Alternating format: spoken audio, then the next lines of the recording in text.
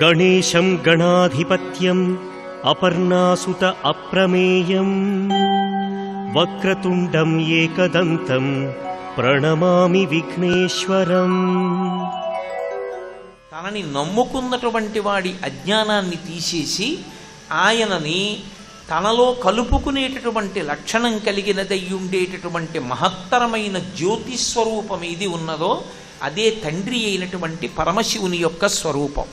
అదే నిజానికి విఘ్నేశ్వరుని యొక్క స్వరూపం కూడా. విఘ్నేశ్వరుడు కూడా జ్యోతిస్వరూపుడే. కాబట్టి అటువంటి విఘ్నేశ్వరుడికి మహస్తాత్ అపితామహం, పితామహం అంటే తాతగారు. పరమశివుడికి తండ్రి చెప్పడం కుదరదు. ఇంకా పార్వతీదేవికి లౌకికంగా తండ్రి హిమవంతుడని చెప్పవచ్చు. పరమశివుడికి తండ్రిని చెప్పమంటే సాధ్యం కాదు. తండ్రినే చెప్పలేనప్పుడు తాతగారిని అసలు చెప్పలేరు. కాబట్టి వినాయకుడి ముత్తాతని తాతని చెప్పడం అసలు సంభవం కాదు. మరి అంతవరకు బాగానే ఉందండి. మరి విఘ్నేశ్వరుడు తండ్రికి కొడుకుగా ఎలా వచ్చాడు పరబ్రహ్మమైతే? మరి ఆయనకి కూడా తండ్రి అన్న మాట అన్వయం కాదుగా. మరి అన్వయం కానప్పుడు విఘ్నేశ్వరుడు పరంబ్రహ్మమైతే జ్యేష్ఠరాజం బ్రహ్మణాం బ్రహ్మణస్వత ఆన శృణ్వన్నూతిభిः సీదసాదనం అని చెప్తున్నాం కదా. ఆయన పరబ్రహ్మస్వరూపుడు. పరబ్రహ్మస్వరూపుడు అన్నవాడికి తండ్రి తల్లి అనేటటువంటి మాటలు ఉండవు.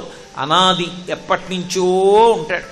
మరి ఎప్పటి నుంచో ఉంటే మనం చదువుకునేటటువంటి వినాయక వ్రత కథలో పార్వతీదేవి ఒంటికి రాసుకున్నటువంటి పసుపు నలుగు తీసి ముద్ద చేసిందని, ప్రాణప్రతిష్ఠ చేసిందని, పరమశివుడు వచ్చాడని, త్రిశూలంతో కంఠం తీసేశాడని, ఏనుగు తలకాయ పెట్టాడని, అందుకుని ఆయన ఏదో ఆ గజముఖంతో ఉన్నటువంటి వాడయ్యాడని ఇన్ని విశేషాలు ఉన్నాయి కదా.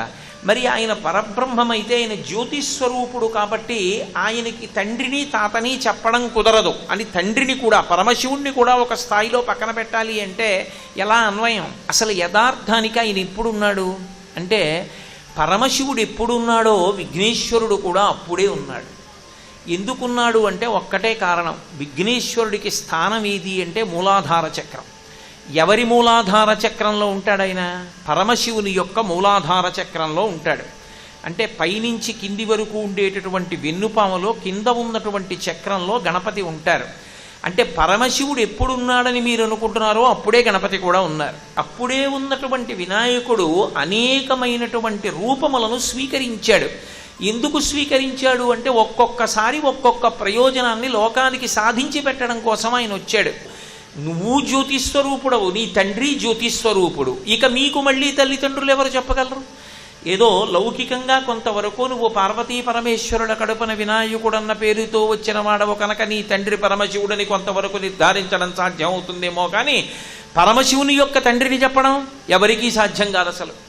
అసలు అది సంభవం అయ్యే విషయమే కాదు. ఇంకా ఒక మాట అనొచ్చు, శివుడు ఎప్పుడున్నాడో అప్పుడే ఆయన మూలాధార చక్రంలో అన్న మాట అనొచ్చు. శివుడి తల్లిదండ్రులు అసలు ఆ మాట అన్వయం కానే కాదు.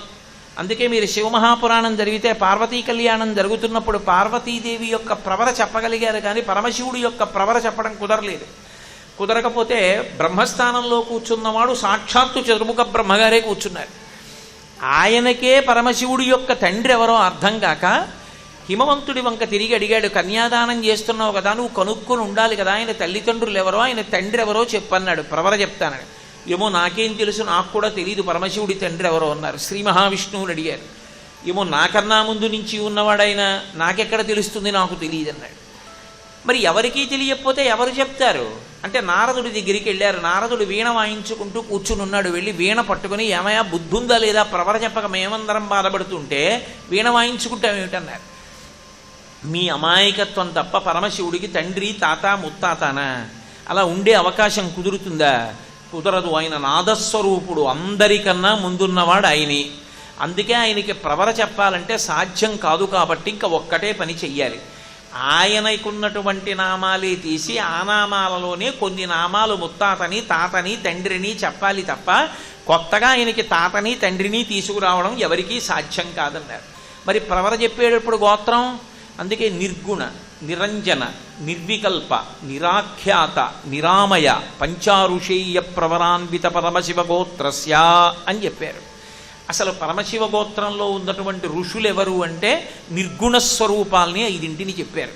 చెప్పి ఇటువంటి పంచారుషేయ ప్రవరాన్విత పరమశివగోత్రస్య పరమశివశర్మణో నప్త్రే, పరమశివుడు అనబడేటటువంటి ఆయన ఈ పిల్లవాడికి ముత్తాత. ఎవరా పరమశివుడు? పెళ్లి కొడుకే, అంతకన్నా చెప్పడానికి అవకాశం లేదు. అందుకని పరమశివశర్మణో నప్త్రే. బాగుంది, ఆయన ముత్తాత గారు పరమశివుడు. తర్వాత మరి తాతగారెవరు అంటే, తాతగారెవరు అనేటప్పటికన్నారు సదాశివశర్మణ పౌత్రాయ, సదాశివుని యొక్క పౌత్రుడు. సదాశివుడు ఎవరు? సదాశివుడు ఒకడు, పరమశివుడు ఒకడు, ఇందు ఉండవు, ఆయనే. కాబట్టి ఇంకో పేరు మార్చారు, సదాశివశర్మణ పౌత్రాయ. మరి ఎవరబ్బాయి? విశ్వనాథ శర్మణ పుత్రాయ, విశ్వనాథ శర్మ గారి యొక్క పుత్రుడు. మరి ఈ అబ్బాయి పేరేమిటి? అఖిలాండకోటి బ్రహ్మాండనాయకాయ తత్వాతీతాయ ఆదిమధ్యాంతరహితాయ కైలాసపుర నివాసాయ అని చిట్ట చివరికి వచ్చేటప్పటికి శ్రీ విశ్వేశ్వర శర్మణే వరాయ అన్నారు. విశ్వేశ్వర శర్మ అనపరేటటువంటి పేరు కలిగినటువంటి వరుడు అన్నారు. నిజంగా అసలు ఆయన పేర్లే తీసుకెళ్ళి ముందుకి ముత్తాత తాత తండ్రి అని తీసుకురావాలి తప్ప, ఆయనకి ముత్తాత తాత తండ్రి లౌకికంగా ఉండే అవకాశం ఉందా? లేనే లేదు. ఆయన జ్యోతిస్వరూపుడు. ఆయన ఎలా జ్యోతిస్వరూపుడో విఘ్నేశ్వరుడు కూడా అలాగే జ్యోతిస్వరూపుడు. కాబట్టి ఇప్పుడు ఆయన ప్రవర చెప్పేటప్పుడు అందుకే మహస్తాత్ అపితామహం, తాత లేడు అన్నారు. తాత లేడు, తండ్రి ఉన్నాడు. తండ్రి లేని తాత ఎలా వచ్చాడు అంటే, ఆ తాత లేని తండ్రి ఎక్కడి నుంచి వస్తాడు అంటే, అసలు తాత మాట చెప్పడానికి అవకాశం లేనివాడు తండ్రిగా ఉన్నాడు. అంటే ఆయన ఎటువంటి జ్యోతిస్వరూపుడో ఆదిమధ్యాంతరహితుడో, గణపతి కూడా అటువంటి ఆదిమధ్యాంతరహితుడు అని దాని అర్థం. కాబట్టి అటువంటి వాడు కనుక అపితామహం, ఆయన యొక్క తాత తండ్రి వైపు నుంచి చెప్పడం సంభవం అయ్యేటటువంటిది కాదు. కానీ ఒక్క మాట చెప్పారు, మహస్తాత్ అపితామహం కారణం జగతాం వందే. ఆయన ఈ జగత్తులకన్నిటికీ కూడా కారణమయ్యున్నాడు. అంటే అసలు ఈ జగత్ అనేటటువంటిది ఎక్కడి నుంచి వచ్చిందో దానికంతటికీ కారణముగా ఉన్నటువంటి వస్తువు ఒకటి ఉన్నది. ఆ వస్తువు లేకపోతే ఇవన్నీ రావు. ఆ వస్తువు నుండి ఇవన్నీ వచ్చాయి. అలా చెప్పబడేటటువంటి పరబ్రహ్మస్వరూపమైన జ్యోతిస్వరూపమైనటువంటిది ప్రారంభంలో ఏది ఉన్నదో అదే గణపతి యొక్క స్వరూపము. అందుకే ముత్తుస్వామి దీక్షితుల వారని సంగీత వాగ్గేయకార త్రయంలో మహానుభావుడు. ఆయన గణపతి మీద చేసినటువంటి కీర్తన లోకంలో హరికథలు చేయనివ్వండి, గాత్ర కచేరీ చేయనివ్వండి, లేకపోతే వైణికులు కానివ్వండి, ఎవరు కానివ్వండి, ఆయన ఎన్నో కీర్తనలు చేశారు మహాగణపతి మీద. ఎన్నో కీర్తనలు చేసిన ఆయన చేసినటువంటి ఒక కీర్తనని మాత్రం ప్రార్థనా కీర్తనగా స్వీకరిస్తూ ఉంటారు. వాతాపి గణపతిం భజే అన్న కీర్తనని. వాతాపి అనేటటువంటిది పల్లవులు పరిపాలించినప్పుడు దక్షిణ దేశంలో వాళ్ళ యొక్క రాజధాని. ఆ వాతాపి అన్న క్షేత్రంలో విఘ్నేశ్వరుడు వెలిశాడు. ఆ విఘ్నేశ్వర స్వరూపం మహోత్కృష్టమైనటువంటి స్థితిలో ఉంటుంది. ఆ గణపతి స్వరూపాన్ని యథాతథంగా ఎలా ఉంటుందో అలా తయారు చేయించి పరంజ్యోతి అని పేరు కలిగినటువంటి ఒక రాజు దక్షిణ దేశంలో, ద్రవిడ దేశంలో, తమిళనాడు తీసుకెళ్ళి తిరువారూరు అనబడేటటువంటి క్షేత్రంలో ప్రతిష్ఠ చేశాడు. త్యాగరాజస్వామి వారు అక్కడే అనేక కీర్తనలు చేశారు. సంగీతత్రయం అంతా అక్కడే వచ్చింది. అక్కడ పుట్టినటువంటి వాళ్ళకి జన్మరాహిత్యం. అంత గొప్ప క్షేత్రం. సంస్కృతంలో దాన్ని కమలాలయము అని పిలుస్తారు. జననాత్ కమలాలయే అని. అక్కడ పుట్టిన వాళ్ళకి మళ్ళీ జన్మ లేదు అని. అక్కడికి తీసుకెళ్ళి ఈ వాతాపిలో ఉండేటటువంటి విఘ్నేశ్వర స్వరూపాన్ని ప్రతిష్ఠ చేశాడు పరంజ్యోతి అన్న రాజు.